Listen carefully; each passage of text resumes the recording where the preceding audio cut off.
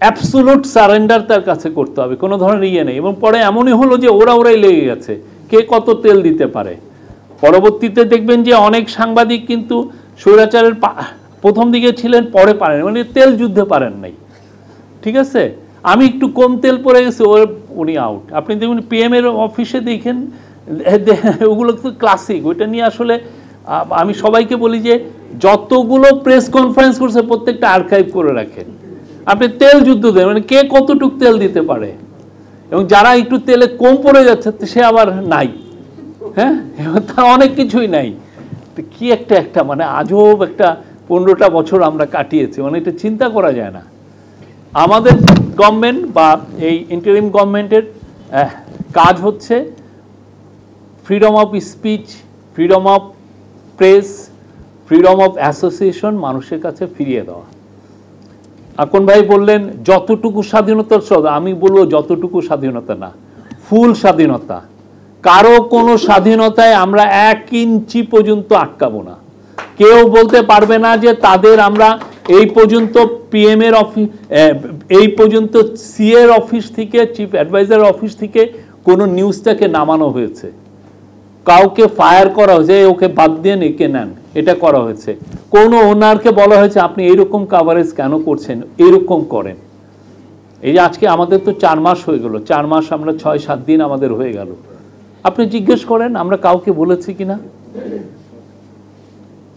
এইরকম স্বাধীনতা বাংলাদেশের ইতিহাসে, বাংলাদেশের প্রেস এবং একটা থ্রাইভিং প্রেস, এটা তো এমন না যে 1-2টা প্রেস, এখানে হাজার হাজার ওয়েবসাইট আছে, শ নিউজ পেপার আছে এবং ডজন টেলিভিশন স্টেশন আছে। কেউ বলতে পারবে কাউকে আমরা একটা নিউজের ক্ষেত্রে আমরা ইন্টারভেন করেছি? একটা নিউজের ক্ষেত্রে। কালকে দেখতেছিলাম যে রিপোর্টার্স উইদাউট বর্ডারের ইয়েতে আসছে যে বাংলাদেশ একটা ডেঞ্জারাস প্লেস। হ্যাঁ, ওইটা আবার আওয়ামী কিছু দালালরা আবার এটা শেয়ারও দিচ্ছে যে বাংলাদেশ ডেঞ্জারাস প্লেস হয়ে গেছে। তো এরা এটা বলে না বাংলাদেশ ডেঞ্জারাস প্লেস হয়েছে RSF এ, কারণ শেখ হাসিনা 5 জন সাংবাদিক খুন করেছেন। কেউ কেউ বলেন 6 জন, এবং যাদের কাউকে মারা হয়েছে ঠিক পয়েন্ট ব্ল্যাঙ্কে গুলি করা হয়েছে।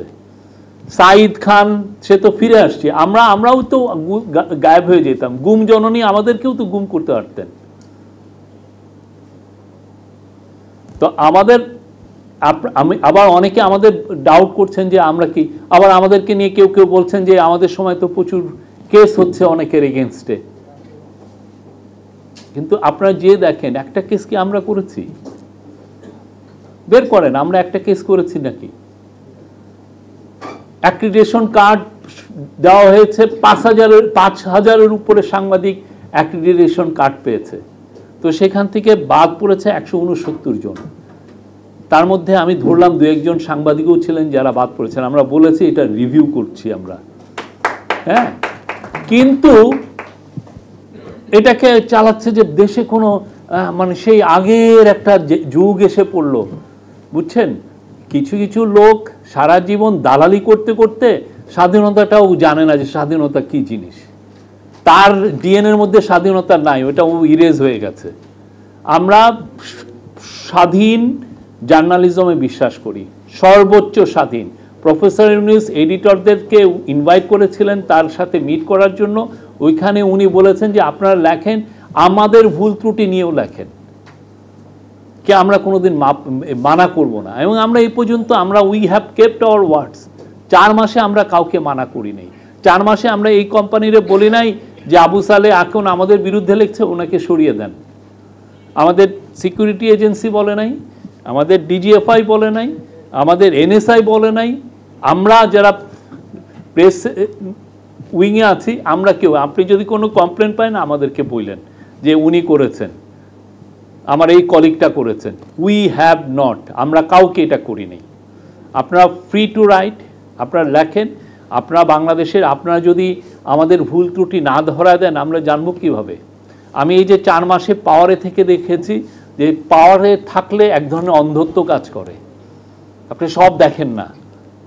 অনেক জায়গায় আপনার চোখ লিমিট হয়ে যায়, আপনার ভীষণটা এমন হয়ে যায়, এই পাশ এই পাশ আর দেখা হয় না। এই পাশ ওই পাশ দেখানোর দায়িত্ব হচ্ছে সংবাদপত্র, প্রেস, টিভি এবং নিউজ ওয়েবসাইটদের। তারা আমাদেরকে দেখাবে যে না আপনি এই জায়গায় ভুল করছেন, বা আপনি এই জায়গাটা ইন্টারভেন করেন, এই জায়গাটায় আপনার দৃষ্টি কম পড়ছে। আমরা আপনাদের কাছ থেকে এই রোলটা চাই।